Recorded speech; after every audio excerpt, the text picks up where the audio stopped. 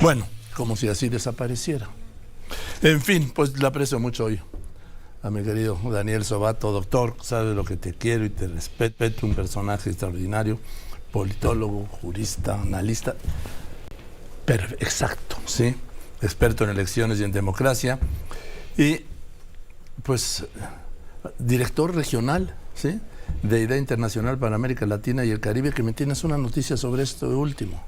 Me retiro después de 28 años de ejercer el cargo de dirección regional el 31 de diciembre de este año, Joaquín. Y por eso quería, aprovechando mi paso por México, que vine invitado por la presidenta del Instituto Nacional Electoral, el presidente del Tribunal Electoral del Poder Judicial de la Federación y la directora del Instituto de Investigaciones Jurídicas de la UNAM, anoche di una conferencia sobre el estado de la democracia en América Latina, pero siempre que vengo a México, y sobre todo en esta ocasión, no podía no venir a visitarte, darte un abrazo, agradecerte todo el apoyo que me has dado en estos 28 años, agradecer a todo tu equipo y a tu audiencia. Y bueno, me retiro de Idea, pero no cuelgo los botines, voy a seguir trabajando con el mismo compromiso, con toda la energía en favor de la democracia y de las elecciones libres.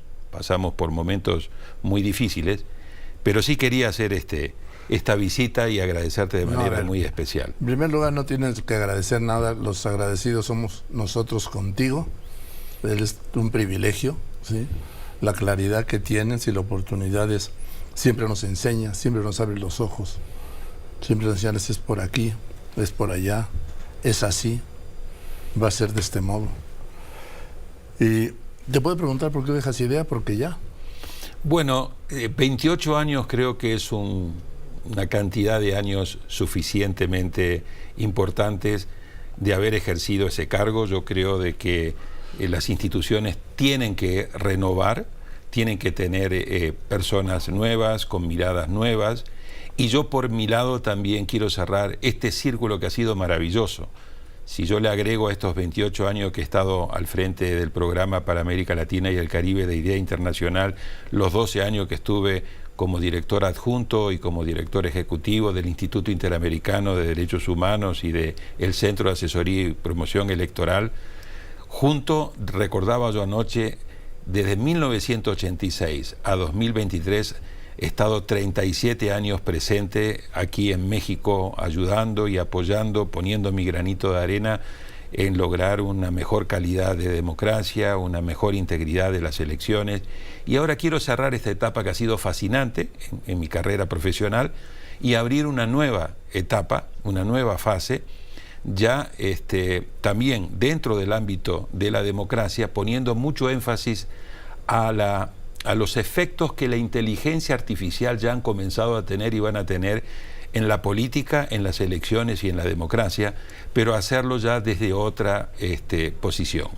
Y me retiro obviamente muy agradecido con Idea Internacional, pero sí creo que es un momento para dar un paso al costado, dejar Idea Internacional en manos de mi sucesora, la doctora Marcela Ríos, que es una politóloga chilena muy calificada, y yo abrir una nueva fase en mi vida profesional y personal. Pero no es un paso a un lado. Bueno, puedes dar un paso a un lado y muchos para adelante. Es un paso a un lado en lo institucional y muchos pasos adelante en lo personal. Bien, porque de 1986 has visto toda la transición mexicana. Sí, yo tuve el privilegio de, muy joven, 29 años, trabajar con un gran jurista uruguayo que era muy conocido en México porque vivió mucho tiempo en México. Era el secretario general de OPANAL, que es un tratado sobre la no proliferación de armas nucleares en América Latina, que se llamaba Héctor Gros Espiel. Y con él vine a visitar por primera vez en 1986 al Instituto de Investigaciones Jurídicas de la UNAM. Y ahí conocí a Héctor Fix Zamudio, a Jorge Carpizo, a Jorge Madrazo, a Diego Valadez.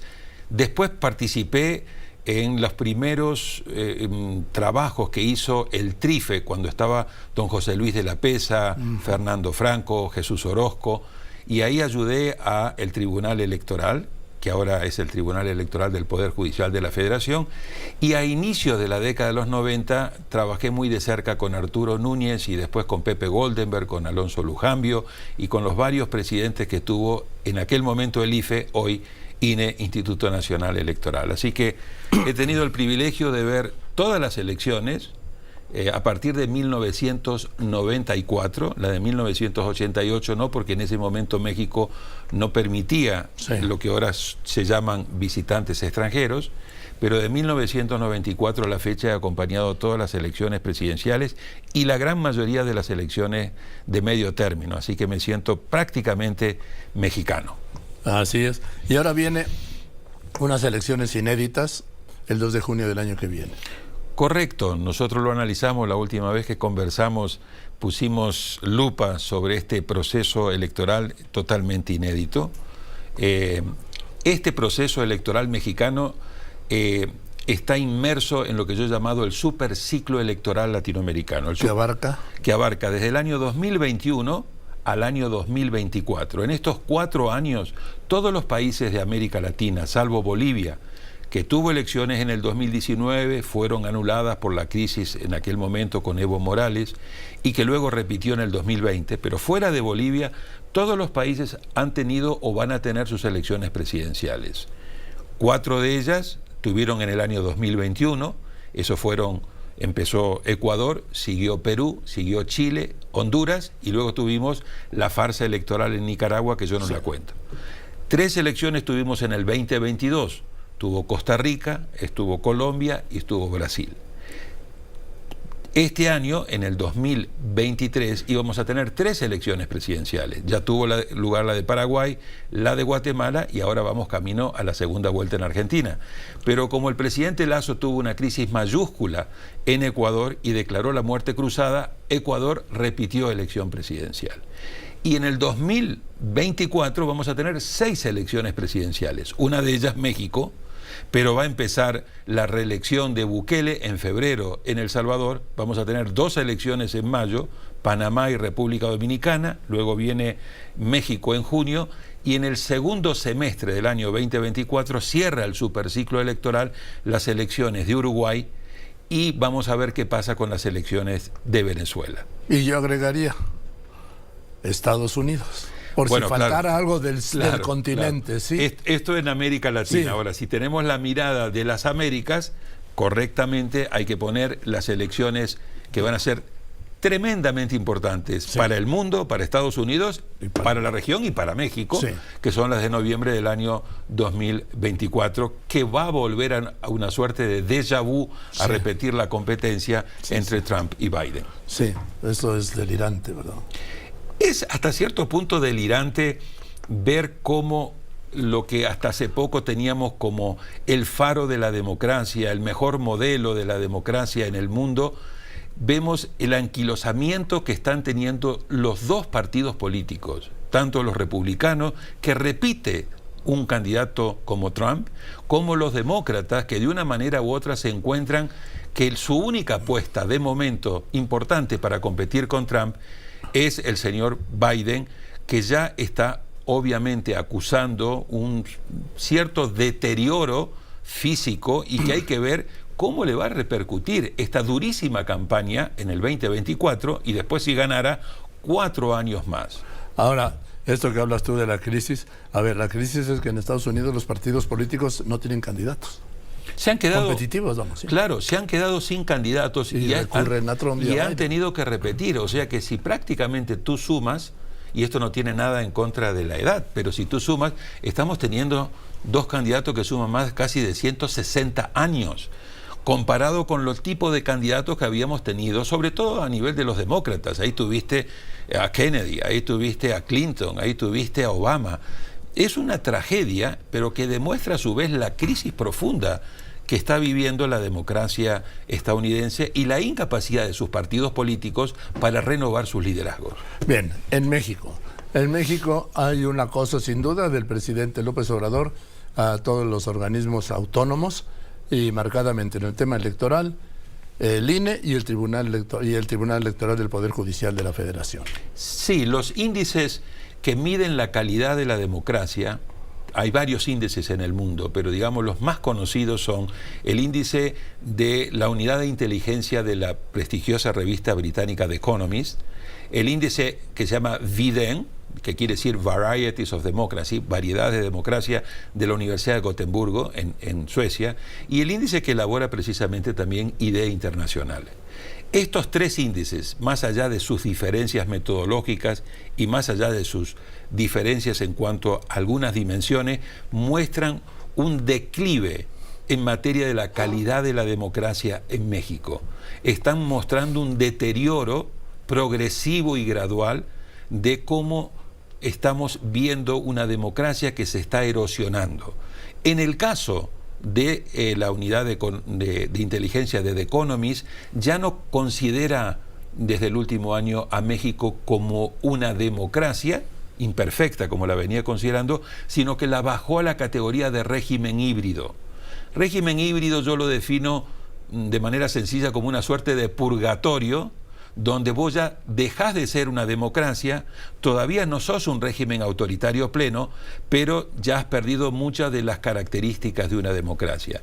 Entonces, en varias de las dimensiones estamos viendo, sí, un deterioro, particularmente, por ejemplo, en materia de libertad de expresión, el nivel brutal de asesinatos que está teniendo lugar de periodistas en México, el país con el mayor número de periodistas asesinados, la impunidad con que quedan la gran mayoría de estos asesinatos, los embates a el Estado de Derecho y particularmente a la Corte Suprema de Justicia y su autonomía, el acoso a los organismos autónomos de control, particularmente también todo lo que fue el plan A, el plan B y el plan C del presidente Andrés Manuel López Obrador, particularmente en contra de la autonomía del Instituto Nacional Electoral de cara a un proceso que claramente va a ser un proceso muy complejo y muy desafiante. Sin duda, el peso de Andrés Manuel López Obrador es determinante en estas elecciones, ¿no? El peso del presidente es determinante claramente por, digamos, el estilo de liderazgo que tiene el presidente, un estilo claramente muy personalista, carismático, y yo lo he definido como estos presidentes sol, ¿no es cierto? O sea, que ocupan el lugar central y que generan un nivel muy importante de atracción hacia su figura y hacia su liderazgo. El problema que tienen estos presidentes son varios. En primer lugar, a medida que ya va terminando su periodo, se van convirtiendo en un pato rengo, porque en el caso particular de México no hay la posibilidad de una reelección ni consecutiva ni alterna. Por el otro lado está el problema de la sucesión. Hemos visto cómo estos presidentes muy fuertes han tenido problemas a la hora de elegir sucesoras o sucesores. Ahí tenés, por ejemplo, el caso del presidente Lula, con quien había elegido para que lo sucediera, con Dilma Rousseff, sí, que terminó en un juicio político y que obligó a Lula tener que regresar para competir con éxito frente a Bolsonaro. Tenés el caso de Rafael Correa, que dejó a Lenín Moreno y después se terminó peleando a muerte con Lenín Moreno y ahora ha intentado regresar en las diversas elecciones y no lo ha podido. Tenés el caso de Evo Morales, que como no podía competir él, fue el jefe de campaña de su ex ministro de Hacienda, que era Luis Arce, y ahora están peleados a muerte Evo Morales y Luis Arce porque Evo Morales quiere regresar y Luis Arce se quiere quedar. Y así te podría seguir dando muchos de estos ejemplos. Así que ahí hay otro tema. Y el tercero es que una vez que el presidente deja el poder, más allá de la influencia que puede llegar a tener, más allá de la intencionalidad que él pueda llegar a tratar de ejercer sobre su sucesora, si es que Claudia Sheinbaum ganase la elección, hemos visto que las situaciones son totalmente diferentes. Estos liderazgos no se heredan y claramente el presidente va a tratar de jugar un papel muy importante. No hay reelección de presidente, pero podría haber reelección de partido, y creo que vamos a ver, quizás en mi opinión, una elección de Estado, donde el presidente va a poner toda la carne en el asador, donde va a haber un uso masivo de recursos del Estado, tratando de asegurar un triunfo, que yo creo que hoy es bastante probable, pero que no está totalmente asegurado. En fin, pues, ¿vendrás para las elecciones?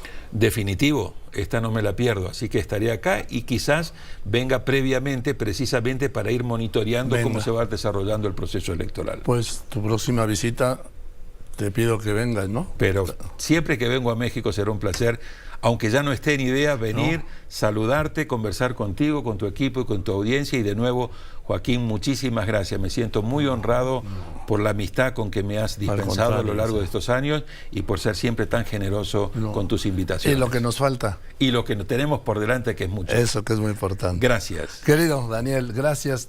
Te quiero mucho. Yo también. Y te respeto mucho. Te admiro y te respeto. Gracias. Y eres de una claridad. Lo que acabas de decir, vamos, lo entendí hasta yo. Gracias. Muchísimas El gracias. doctor Daniel Sobato. Gracias. Voy a unos anuncios después de los